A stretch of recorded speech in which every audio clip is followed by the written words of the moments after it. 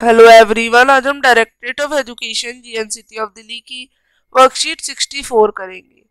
Gravitation.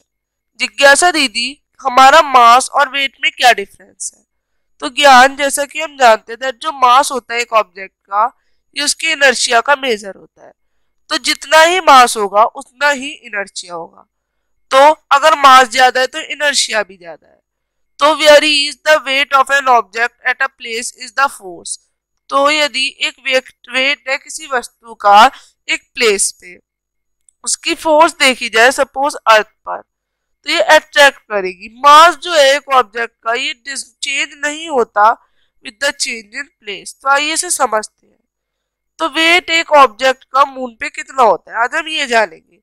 तो suppose हम लेते हैं एक ऑब्जेक्ट एम को, जिसका वेट जो है कितना है, उसका ऑब्जेक्ट पर वेट डब्ल्यू एम है। तो लेट द मास है मून का M M and radius R M है।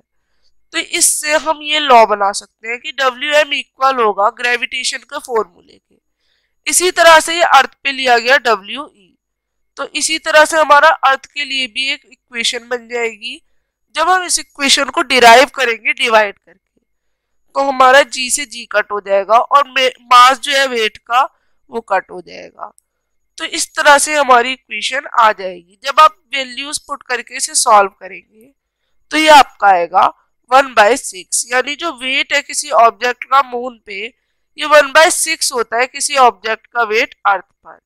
यानी कोई वस्तु 48 न्यूटन की है यहाँ पे, तो चांद पे वो 8 न्यूटन की होगी, जो कि बहुत ही कम हो जाएगा।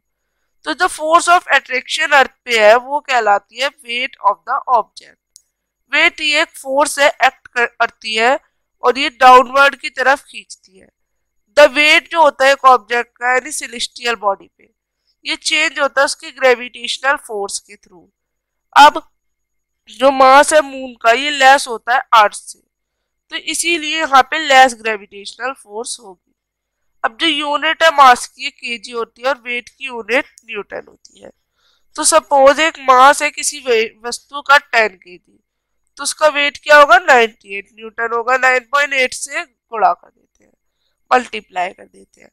तो where will be the mass of an object lesser, किसका कहाँ पे मास कम होगा, मून पे या अर्थ पे? तो मून पे ग्रेविटेशन कम है, इसीलिए मून पे कम होगा। तो आप ये लिख सकते हैं।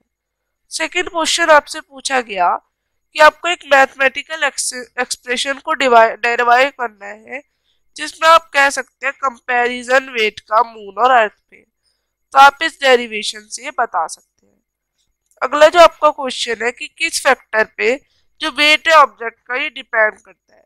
तो ये हमारा किस पे डिपेंड करता है आप बता सकते हैं। ये हमारा एक तो वेट पे, मास पे और इनर्शिया वगैरह पे डिपेंड करता है, और खास तौर से मास और रेडियस पे। तो अगला है, अगर एक पर्सन का वेट 10 न्यूटन है मून पे, तो अर्थ पे उसका वेट कितना होगा?